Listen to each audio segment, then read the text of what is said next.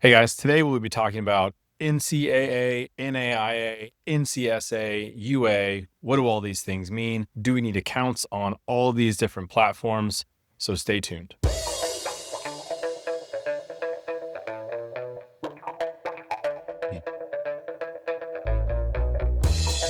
Okay, so first off, we're going to talk about the NCAA. Now, the NCAA is probably one of the biggest, well-known collegiate groups out there. Obviously, all of the big name schools, big brand football schools are a part of the NCAA.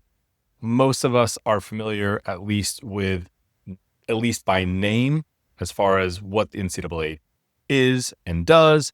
Everyone has some different perspectives on all of that, but the NCAA is the National Collegiate Athletic Association, and it is the biggest umbrella, biggest governing body for collegiate sports in the country.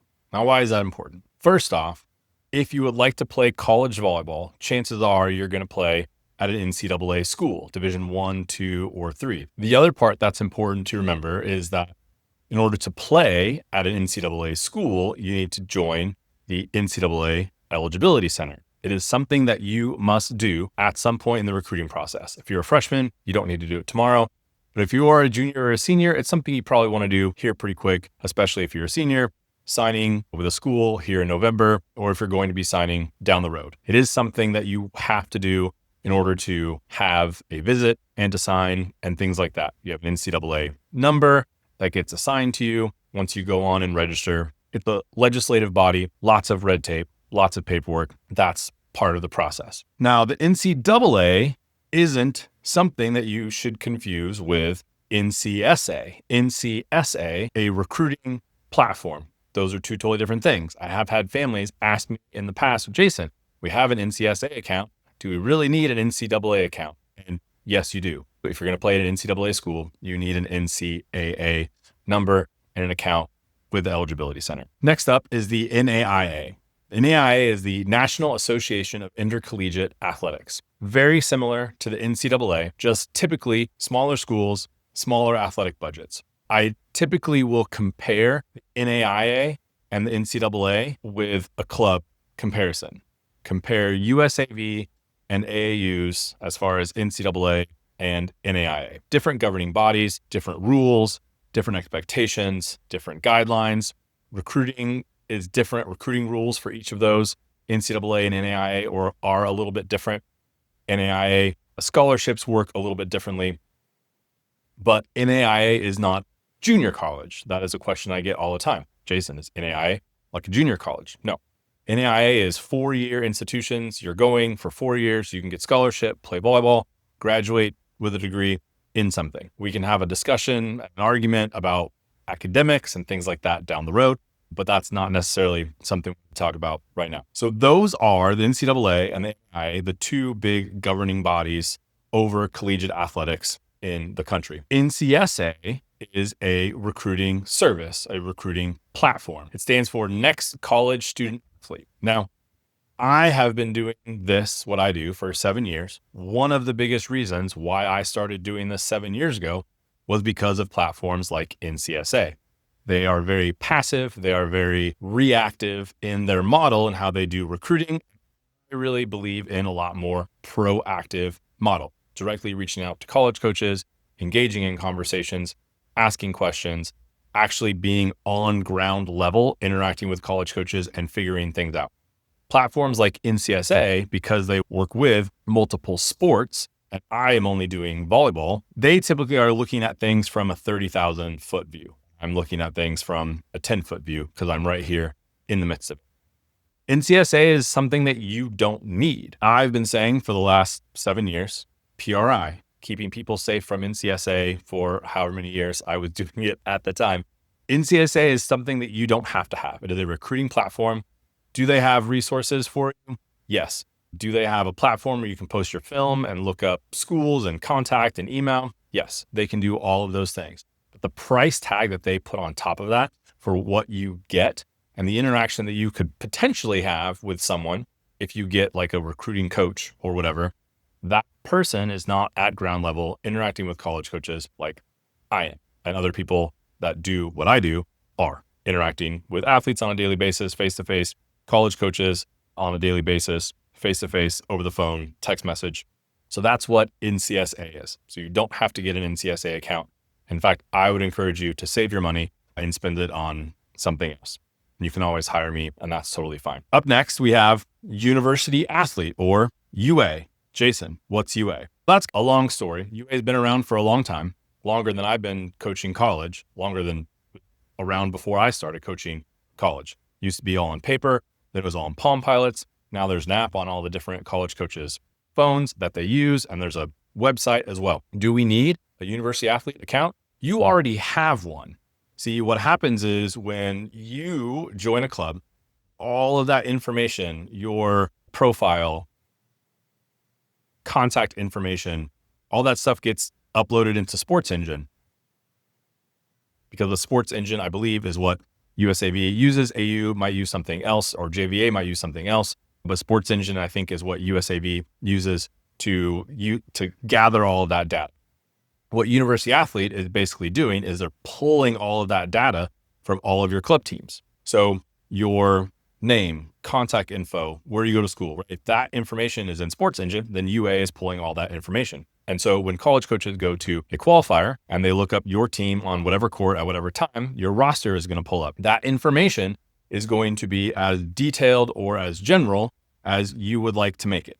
Okay? Again, all of that information is getting pulled into UA, whether you would like it to or not. And so you do have an account. Your name is listed and your contact information is in University Athlete for college coaches to tag, make comments, evaluate you, track your progress as you go through the club season. College coaches can do that, whether you go in and create a UA account or not. Now, what you need to do, and what I would encourage every family to do today, tomorrow, continue to make sure that your info in University Athlete is up to date. You can go into your account, add updated contact info, more details about academics, GPA, your SAT scores, contact information for your high school, for your club coach. You can keep all that information updated. Now, why should you do that? Because college coaches use UA almost as a default. I always joke that I can send a college coach an athlete's direct contact information, their cell phone, email. They will still go into University Athlete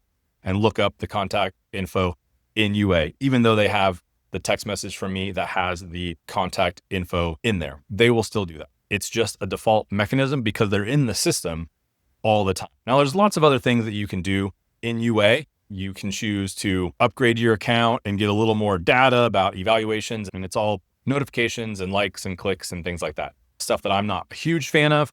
It does communicate a little bit of information to you as far as recruiting, but it's not going to tell the whole story. And just in general, just because you're getting evaluations in University Athlete doesn't mean that those coaches are actually interested. Okay. That's something that we need to have further discussion about and get more info from college coaches.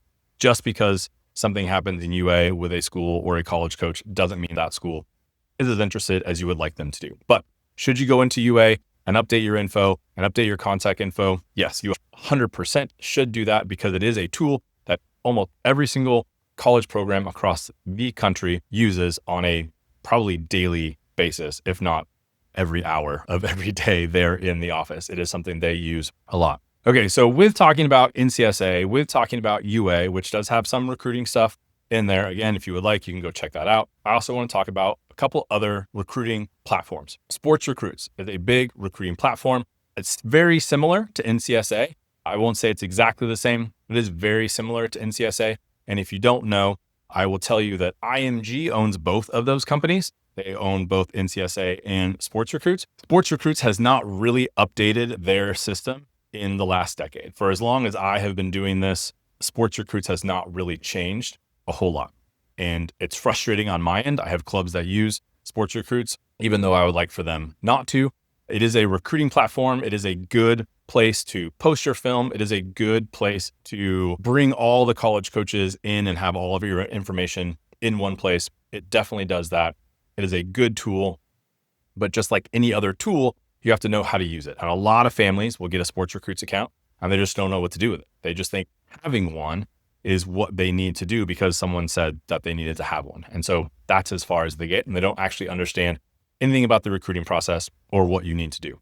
So sports recruits is not my favorite. The back end as a recruiting coordinator is not great. There's not a lot that I can do in the system as far as helping athletes with the recruiting process. There are a few little things that you can do here and there, but the engagement overall has to be there from the athletes in order for you to get out of sports recruits what you would really want to get out of sports recruits. As far as recruiting platforms go, we use Productive Recruit. Productive Recruit is a fantastic system. I think it has all of the bells and whistles that you would want and need in the recruiting process. There's a lot of info on there. There's a lot of resources as far as emails and contacts and data about the school. Very similar to sports recruits. There's several reasons why I prefer Productive Recruit over sports recruits. One reason is I know the guy that runs it. I have his phone number. I have his cell phone number. I have his email and a direct contact to the person that runs all the script and all the code and everything to the platform and the system. That's really nice to have when you are a small business or someone that's interacting with college coaches and athletes and trying to get things done. And so having that access to the person that runs the entire program and the entire system is really nice. I tell people all the time, if I have issues with sports recruits, I have no idea who I'm supposed to reach out to and who my contact person is, because I get different emails from different people for different clubs about different types of topics, and I'm not really sure who is there to actually help me with any of the stuff in the system. So that's thing one that I like Productive Recruit. The other reason, the back end of the recruiting piece, the recruiting coordinator piece, the thing that we can do to help guide our athletes is just a way better system than, in my opinion, what sports recruits does.